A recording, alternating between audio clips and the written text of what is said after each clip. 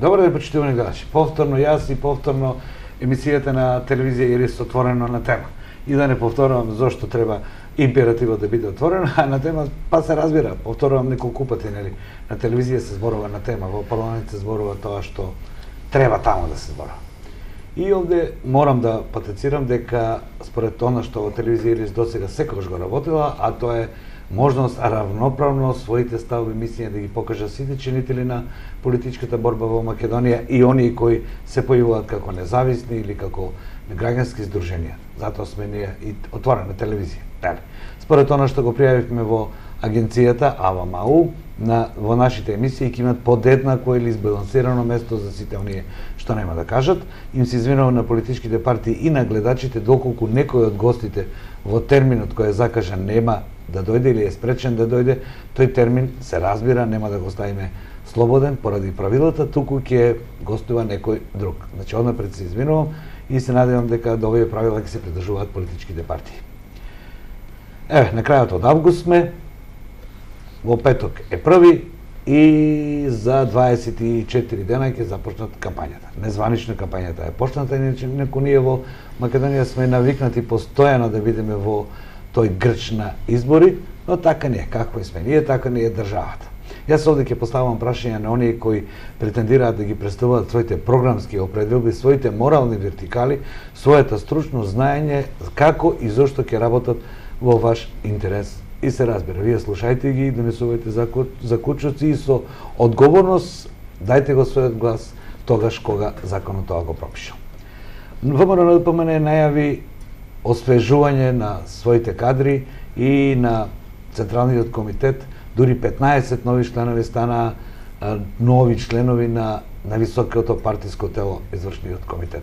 Дали тоа значи освежување, нови лица, нови идеи, заклучокот ќе го видите сами, а јас имам чест денес во отворено на тема да разговарам со еден од новите членови, но во својата струка е исклучително признат. Ако само споменам дека во 2 мандата е декан на земјоделскиот факултет, ќе видите за како лично се работи. Овде јас нему ќе му поставам прашање, не само од неговата струка, тука и од она што сака да биде, што е веќе член на така високо партиско тело, професорот Драги Димитриевски. Добро дојдете во моја емисија Отворена на тема. Добро најдов, поздрав на вашите гледачи на телевизија Ирис и поздрав до сите кои што ќе не следат. Драго ми е, ви благодарам на поканата и еве да поразговараме за сето она што еве и во овој предизборен период, но и на теми кои што се значајни и во политичкиот живот, но и во секојдневниот живот на граѓаните. Професоре, јас милувам да кажам дека професорите се даскали, македонски учители, италијаните велат магистри, нели? Тоа е нешто што е едно од најблагородните делови од едно општество, да се спремаат луѓето за предизвикот што им ги донесува, младите луѓе. Морам да ве прашам вас како професор, како овие млади луѓе како човек кој ги едуцира овие млади луѓе, зошто младиве толку многу сакаат да се политичари пред да се потврдат во струката? Еве, вие сте обратен пример, ама имаме голем број на такви примери. Па има голем број на такви примери. Па видете, можеби, наместо ви е прашањето, не е тоа сега случај. Ние, ако земете, бевме, нели, едни од ретките кои што влегува во Гинес, имавме најстар председател и најмал премиер. Значи, имавме премиер кој што дојде директно од, што се вели, од клупа во премиерска функција. Можеби тоа беше потик и за другите млади, дека, предизвик е голем да се биде во политиката. Не знам, веројатно привилегии носат тие функции. Меѓутоа, сепак, знаете, голема е одговорноста. Се надевам дека голем дел од тие се докажа, се покажа.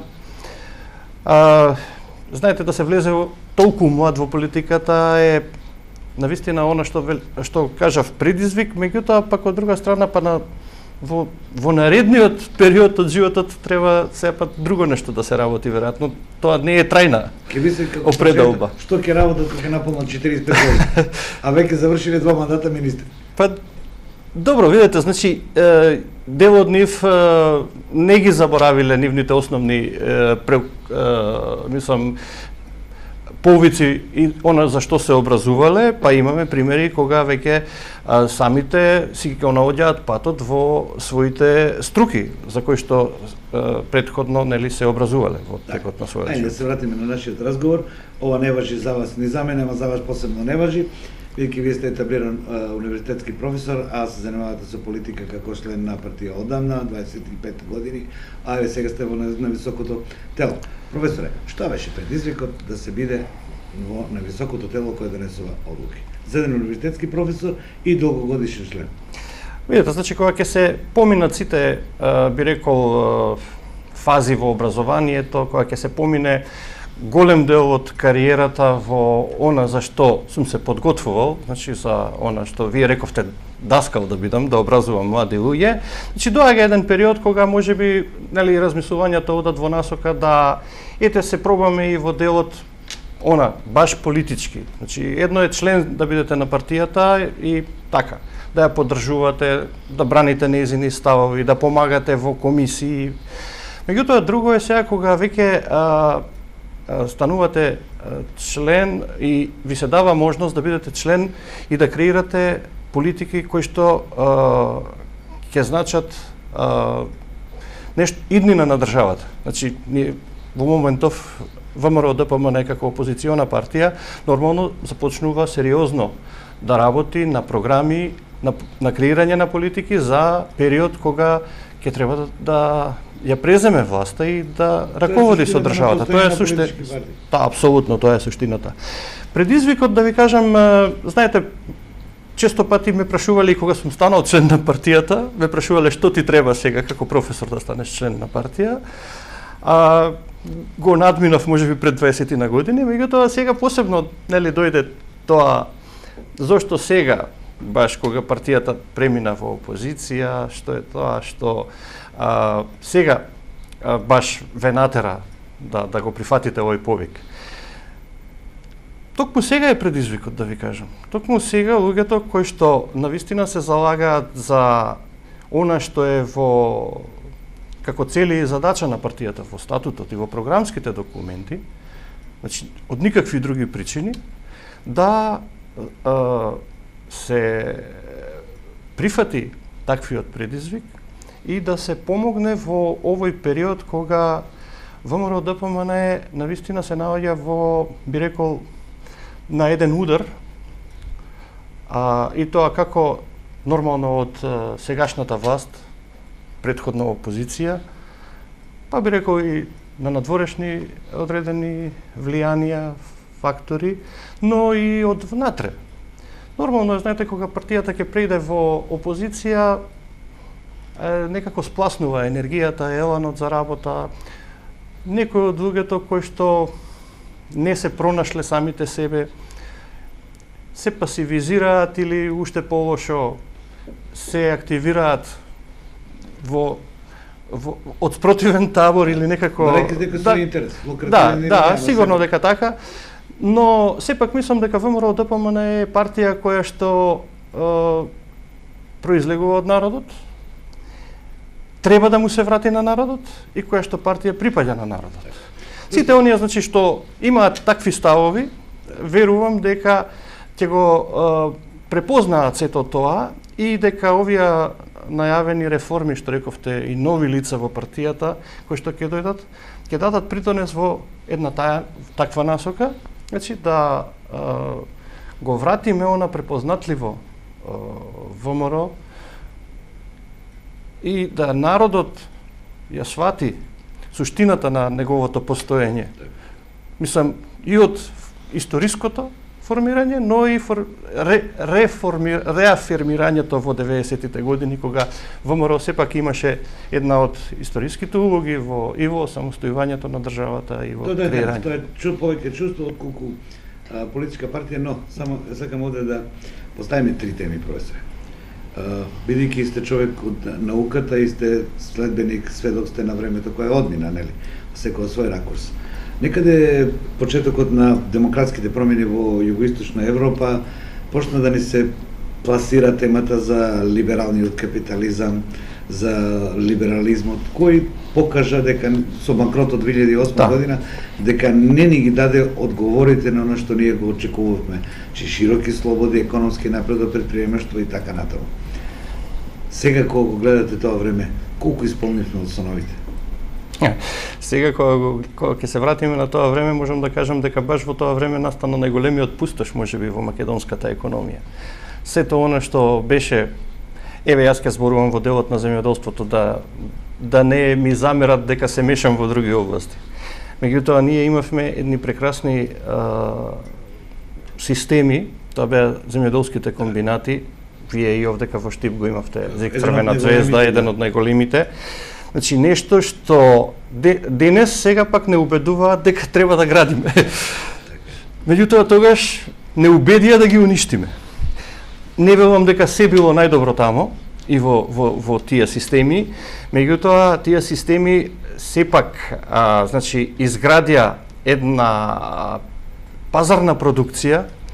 Тие системи воведоа модернизација на македонското земјоделство. Во тие системи целосно можеше да имплементираме науката, целосно можеше да се имплементираат новите технички достигнувања и целосно можеше да дојдат нови технологии. Денес нема каде тоа да се прави.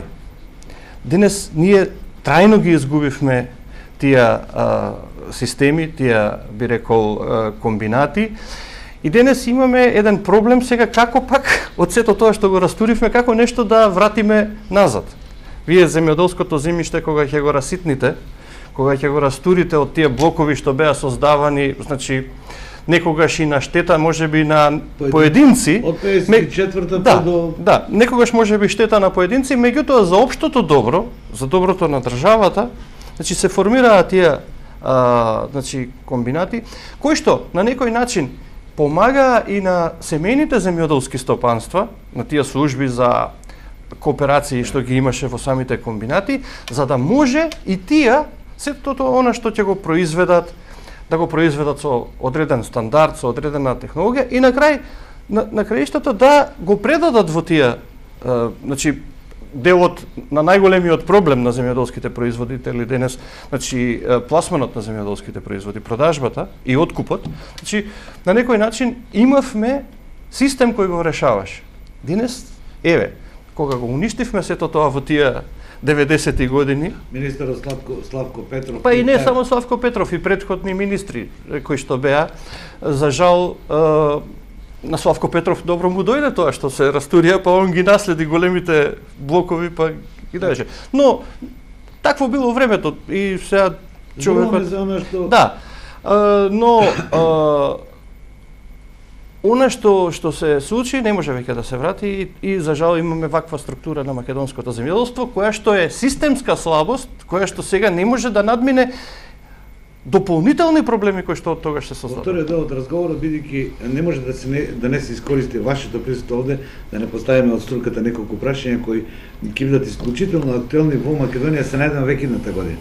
Втората тема од ова, бидејќи сте и политичар, е дека многу лесно некаде после 2009 година го прифативме европскиот бран на народни партии кои поминуваа во движење, собира во Германија, во Франција, и некако и вашата партија стана движење. Обликот на политичка партија, посебно од десна провиниенција, мора да биде елитистички. Така вели науката до сега. И еве сега кога доаѓаш во опозиција, можноста да не го користиш ресурсите на државата, многу тешко функционира. Што мислите, грешка ли беше ова подведување под европските моди едното и другото? Искрено да ви кажам, јас никогаш не сум сметал дека треба да премине во движење партијата. Ако нели сме една демократска држава, демократско општество, нормално треба да оставиме простор за идеи, за плурализам. Движење и она масовно зачленување во партијата, значи сепак на некој начин не води кон градење на политики кои што се демохристијански, како што ние сме се. Така. На некој начин нема потреба да сите станат членови на партијата, затоа што ние бараме Значи народот, најголемиот број, да бидат гласачи за партијата, поддржувачи на партијата. Да веруваат на програми, да веруваат на програмата, на идеологијата, на она што кажав, цели и задачи кои што се на партијата, на нешто во кое што како партија демохристијанска, нели, партија на народот и со христијански принципи да ги задржуваме, нема потреба да ограничуваме да некои други не постојат или да го претвориме во движење. Сепак партијата си има креира своји политики кои што можеби не на сите им се прифатливи. На таков начин мислам дека така треба да продолжиме, да оставиме да секој си се определи согласно она што ќе му го понудиме и во предизборниот период и за време на изборите како програма на партијата. Така да, вака на вашето прашање отворено би рекол дека не сметам дека требаше да дојде до тоа. Зборуваме за тоа дека со одлука на високите партиски органи дојде до нивно освежување на некои нови луѓе. Основното прашање што се поставува кај младите луѓе во Македонија, па и кај граѓаните е спуштање или издигнување на занимавањето со политика на нивова на кое што е со најпоградни зборови, да не ги употребам овде во емисијава. Враќањето на моралот, одговорноста кон граѓаните, кон иднината на своите деца е нужност. Сметате ли дека со вакви нови профили на луѓе е можно постепено враќање за цврстување на високи морални квалитети? Па вака, јас искрено ние одржавме веќе 2 состанока на извршниот комитет и повеќе пати се среќаваме со новите членови во седиштето на партијата и надвор од тоа комуницираме и смитам дека верувам дека ќе донесат нови новини, значи односно ова што го кажавте сето. Значи, овие нови луѓе ќе донесат едно ново лице, едни нови ветришта во партијата, бидејќи не дека не биле претходните добри, меѓутоа нормално после едно 10-11 години подолго време на власт, нормално дека можеби доаѓа до замор, можеби доаѓа во одредено време да некој веќе знаете, идеите се можеби неисцрпни, меѓутоа не толку знаете, кога работите сами, кога сте во една група, стално мислите дека тоа е нешто ново. Ново е кога ќе дојде нешто однадвор, знаете. Така да и сите овие луѓе мислам дека се луѓе етаблирани во своите струки и во своите средини, луѓе кои што ќе го продолжат работењето на партијата, ќе ги продолжат, значи, она што е принципи на партијата и ќе го вратат моралот, односно ќе го вратат како да речам, ќе вратат енергијата, дополнително ќе ја дадат однадвор во партијата. Сигурно народот ќе ги препознае, ќе не препознае сите нас. Голем дел од луѓето не познаваат и мислам дека ако веруваат во сето оно што го зборуваме и во нашите досегашни, кај што сме се докажале, нашите досегашни честни пристапи, намери, значи без омаловажување на никој, дека ќе дојдат и ќе не поддржат во... Професор, две крупни точки се за одговор во овој момент во делувањето на вашата партија. А тоа е окрупнување на незиното поддржување секако внатре во Македонија, бидејќи очигледно е, барем оно што достигнува до нас, дека партијата се наоѓа во една одредена изолација внатре во Македонија. Да го елаборирам тоа многу тешко, ќе се допре до албанските гласачи. Лукративноста на малите национални партии е секогаш да бидат со власта. Тоа не е нешто што вас може да ви оптужи, но тоа е нешто што се случува, нели? Сега, вие ќе мора да изградите внатрешно, повторно доверба кон политичката врхушка дека тие луѓе ќе го барат излез. Спремни ли сте на тоа како предизвик? бидејќи треба да се врати довербата на политичките репрезенти на албанците и на турците кон партијата. Не само на албанците, него на сите етнички заедници. Значи, ВМРО ДПМН и во минатото при практицирање на власта докажа дека има демократски капацитет да ги прифати сите етнички заедници и албанците исто така. Ние и во овој момент во партијата, да речеме веќе и во извршниот комитет имаме членови на етничките заедници. По конгресот е сменен статутот во кој е потребно. Да, апсолутно. Така да не гледам зошто, значи би бегале од тие и од албанската заедница како најголема, но и од сите други. Видете, албанците се наши соседи, дури и од манифестот на Крушевската република така започнува, нели? Со албанците, турците и сите останати. Така да ние апсолутно Уставот 74 година на СРМ велеше Македонија е држава на македонскиот, албанскиот и турскиот јазик. Така да, сигурно дека апсолутно не ни пречи и ние сигурно дека ќе градиме политики за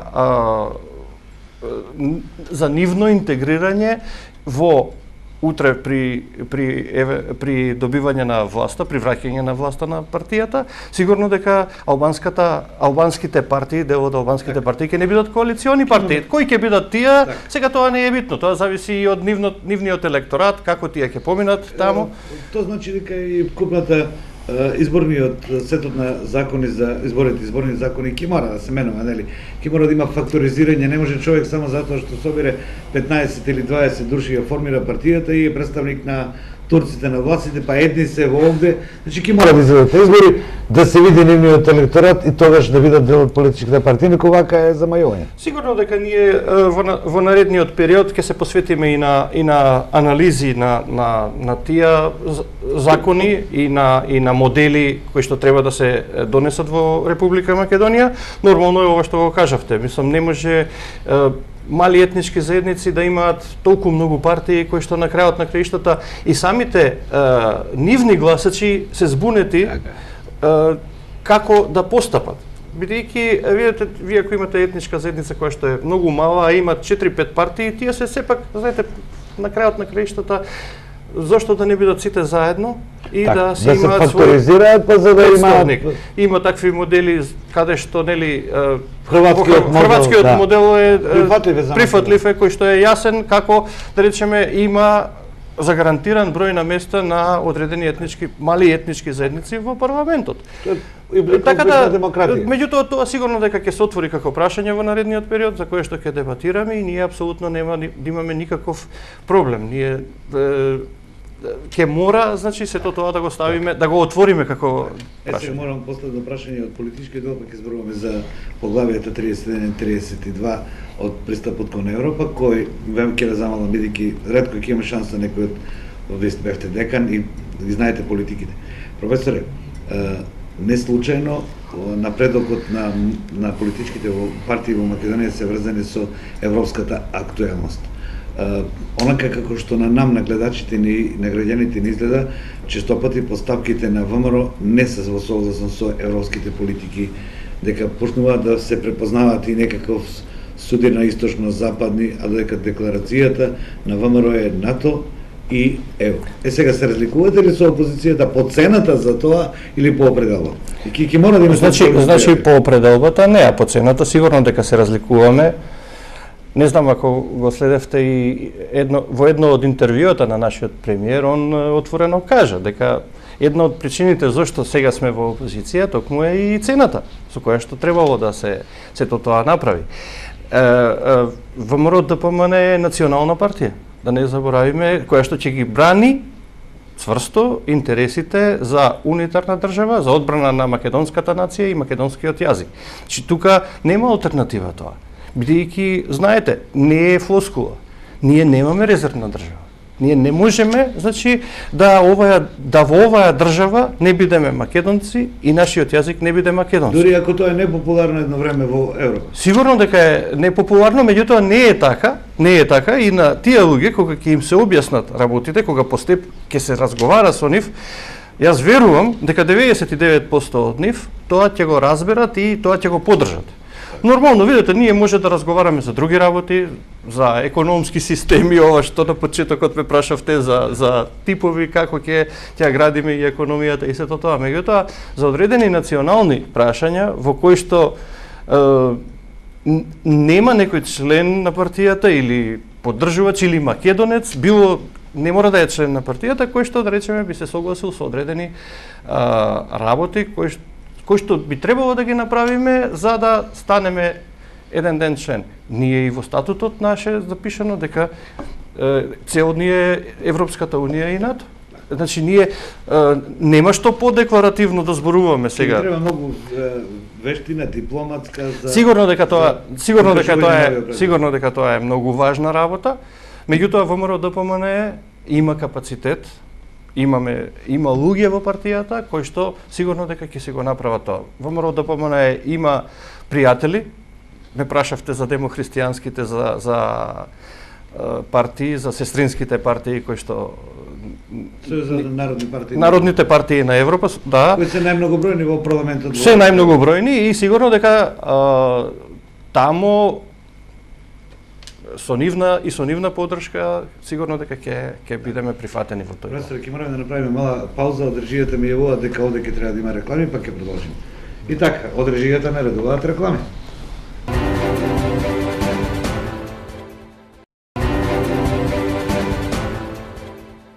Вториот дел од емисијава со професорот Драги Димитриевски е дел од неговата струка. Што ми е намерата? Политичката определба е секундарна работа, иако навлегува во интимните чувства на секој човек. Но, потврдата на неговата струка, неговиот занает, на неговото знаење, е веројатно приматно секаде на светот. Зошто професорот би го гласале ако не се докажал во својата струка? Партиските структури се иманентни за едно друго време, кога беше партијата најголема вредност. Иако ги наследивме тие вредностни системи еве сега до 2017, но сметам, а и многумина во Македонија смета дека тоа веќе е време на изминување. Професоре, имаме пред нас, за да се надеваме дека ќе биде 2018, во секој случај предизвикот е пред нас. Јас сама ќе ви ги кажам искуствата од Хрватска, бидејќи се најблиску излегавме од истиот систем. Хрватска најмногу скоро една година преговараше за поглавјето 23, што се однесува на правна држава, функционирање на правната држава, судство и така натаму. На сите други потроши 1,5 година, а цели 2 години потроши за поглавијата поврзани со производството на храна, или ние речено на земјоделство. Со добра нивна волја, поранешниот министер рече дека материјалите ќе бидат достапени на Македонија и така натаму. Ви имате многу информации околу тоа. Она што сметам, би прашал вас за мислење, е дека нашето постојано сомневање во капацитетот на нашиве луѓе, на нашава памет. Во единица производ најмногу се продава памет, другото е механика. Сега, спремни ли сме ние да направиме национален консензус без делби на разни партии и нации, вери, и да си ја завршиме оваа работа, барем колку што е Хрватска? Значи, мене преокупација ми е следењето на земјоделските политики и една од работите која што во таа насока ја работам професионално, токму е прилагодувањето на македонскиот земјоделско-прехранбен сектор кон заедничката земјоделска политика на Европската унија. Овие поглавија се едни од најтешките и најдолго траат во преговорите, не само во Хрватска. Ако да речеме просек во големото проширување што настана 2004 година во тие 10 држави што влегоа, меѓу кои Словенија, Чешка, Словачка, Полска и така натаму, не ги набројувам. Значи, просекот на преговорите траел 8 до 10 години. Значи, кој како аплицирал, кој како добил. Од 93-та година па до... Од 93-та, 4-та некаде, па до 2004-та. Да, кога станаа полноправни членки. Сега, поглавијата што се однесуваат на земјоделството се отвараат меѓу првите. Веднаш после зависи од политиката. Зависи од политиката, значи тие, нели, правда, тоа мора. Тоа мора на почетокот, а веднаш со нив се отвара и поглавието земјоделство. И знаете, скоро сите го имаат затворено последно. Значи после 8-9 години или некој дури не го затвориле, него поради политичката агенда што имала Европската унија, без завршување. Сегашниот председател на Словачка Милош Земан, се сеќавате во тоа беше премиер. Така. И тој велеше не е лесно да се затвори нешто што кошта десетици милиарди, полесно ми е да направам реформа во судството отколку ова да го затворам. Да, апсолутно, таму немате, таму закони, таму ги добивате законите, ги прилагодувате. Значи она што е, нели, кривична постапка и така натаму, не ги знам сите тие што правосудниот систем треба да ги среди. Меѓутоа ова е сосема другачи. Ова е реален свет. Ова се специфики. Земјоделството значи е стопанска област која што си има свои специфики и кои што варираат од држава во држава. Различни системи, различно се развивало во различни етапи, различно било поддржувано. И тешко е значи да се преговара. Тешко е да се преговара од аспект што треба да испреговарате многу стандарди, што многу стандарди ќе влијаат на вашите земјоделци. Затоа што ако не испреговараме добро, ќе ги нема. Знаете дека Република Словенија, која што е една од, би рекол, најдобрите преговарачи и најдобро го прилагодувала своето земјоделство. После влегувањето во Европската унија, дневно 8 земјоделски мали стопанства пропаѓале, односно го напуштале земјоделството, бидејќи не можеле да ја издржат конкуренцијата. И затоа периодот кој што следи на Република Македонија не смее да се губи темпото. Значи, ние, искрено да ви кажам, без разлика на политичките партии, без разлика кој е, како е, Република Македонија има мал капацитет за ваквите големи системи. За заедничката земјоделска политика. На почетокот што рекол, кога ги сршивме веќе. Така, да. Значи, она има мали капацитети. За да све, знаете, таму се работи за некаде околу 60.000 страници легислатива, која што треба да се транспонира или да се преведе или да се прилагоди кон нашиот систем. 60.000 страници. И да те обврзува. А некаде 60 до 70% од она што продуцира Брисел годишно околу легислативата е наменето токму за земјоделството и земјоделско-прехранбениот сектор, храната. И сега сето тоа треба да се донесе тука, да се направат тие промени. Значи, Македонија, јас сум го напишал тоа, јас учествував во една студија, односно една стратегија изработена за прилагодување на македонскиот земјоделско-прехранбен сектор кон заедничката земјоделска политика на Европска унија. 2004, значи, не ми пречело да го напишам тоа и денеска не ми пречи, кај што сум кажал дека ние треба сите капацитети да ги активираме во прилагодување на македонското земјоделство. Ништо не треба, значи, да оставиме да се чека до последниот ден, бидејќи тоа ќе биде смрт за македонското земјоделство. Само уште да ви кажам, само најдобриот пример, она што не се правело. Хрватска водеше многу грешна политика во една своја област, подсектор во свињарството. И денеска свињарството на Хрватска умира. Најголемиот производител на овој простор од југоисточна Европа. Сега имам овде, бидејќи зборувате за научна работа, за стратегија, за систем. Она што може да му се постави како прашање на министерот за надворешни работи, ние како народ, како луѓе кои, барем оние што се интересира за тоа, ќе мора да има препознатлива стратегија. Значи, кој ќе го подигне нивото на конкурентност. Кај нас, ова како професор ве прашувам, сегментарните мерки, кои не се лоши, ама не даваат одговор, млад фармер, не знам, се повеќе популистички отколку што донесуваат. Имаме ли ние наука која ќе може да истражи точно, имаме ли село, имаме ли земјоделска површина која може да одговори, клима која се менува и од тоа ќе произведеме не знам што ќе бидеме конкурентни. Изгледа едноставно, ама треба многу памет. Апсолутно, да ви кажам, ние Факултетот за земјоделски науки и храна ги стави на располагање сите капацитети во 2013 година и стратегијата за развој на земјоделството и руралниот развој за периодот од 2014 до 2020 е дело на македонските кадри. Значи на оние кои што беа на Факултетот за земјоделски науки и храна.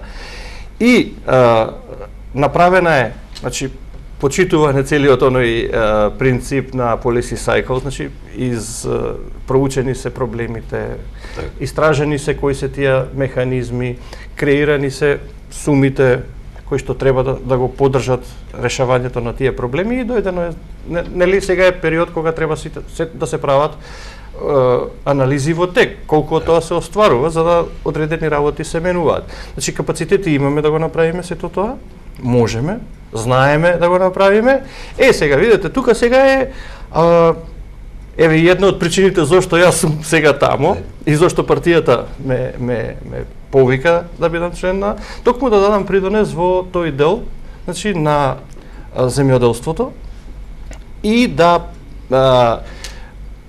креираме такви мерки и политики кои што ќе придонесат малку во една друга насока да го свртат земјоделството. Иако, да ви кажам, ВМРО ДПМН како политичка партија е партија која што одсекогаш имала своја благонаклоност кон земјоделците, кон руралното население и, да кажам, со вака народски зборови кон македонскиот селанец.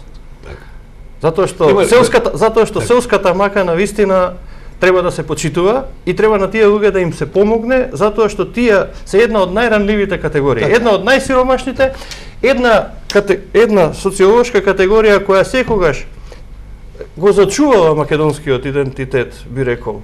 И нација и учествува во градењето. Се врзува за социолошки категории, професор? Не земјоделството. Зборувам земјоделците и селаните. Значи, зборувам за тие луѓе за кои што навистина треба да се работи и треба да им се помогне. Воспротивно, верувајте ми, иселувањето кое што повеќе или помалку како миграцијски проблем се јавува во некое минато време како присила, кое што во еден минат период кога земјоделците беа оставени без политики, без поддршки, се јави како ненасушна потреба да го напуштат селото, бидејќи никој не водеше сметка за нив. Морам да кажам дека од 2007 година градени се сериозни политики за поддршка на овој сектор. Значи, буџет кој што, ако го споредиме со она што го остави претходната власт на СДСМ во 2006 година, од само 6 милиона евра поддршка на земјоделството, ние денес зборуваме за 150 милиона евра.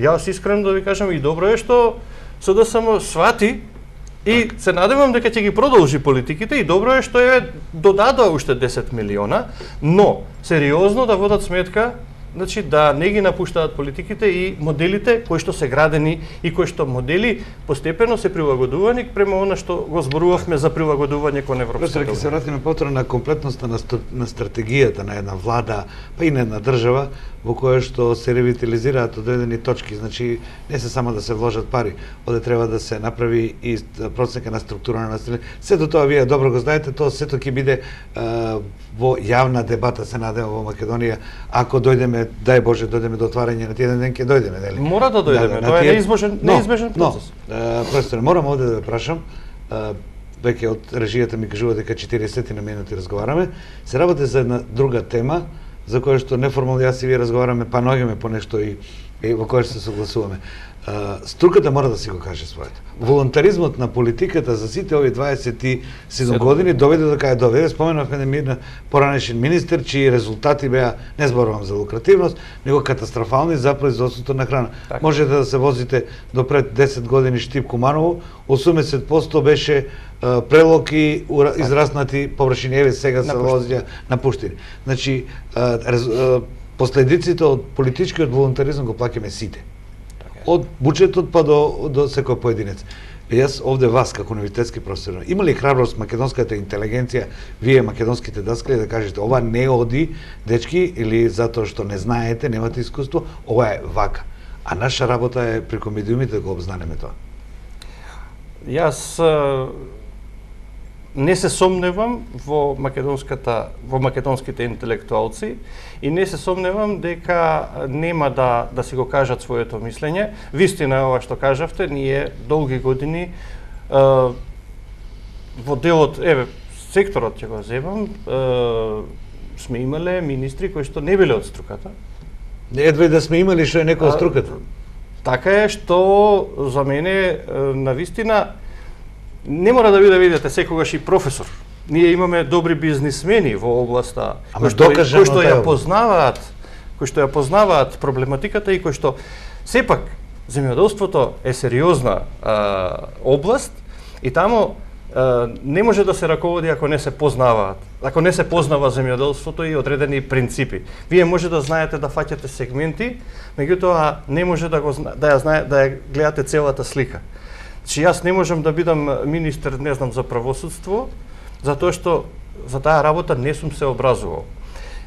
Има храброст македонската интелигенција, еве јас сум доказ дека сум таму за да го кажам тоа што треба струката да го каже на едно највисоко политичко. Комплементарно струката и политичката определба, вие ќе ги кажувате, ние ќе поставиме прашање во име на вашите гласачи, наши сите сограѓани во Република Македонија и се надевам дека ќе изградиме еден национален консензус за неколку точки кои се најбитни и во кои што ќе биде повикана македонската памет, каде што во последниот производ ќе имаме едно пострекно општество. Благодарам што одвоите време. Благодарам и вам.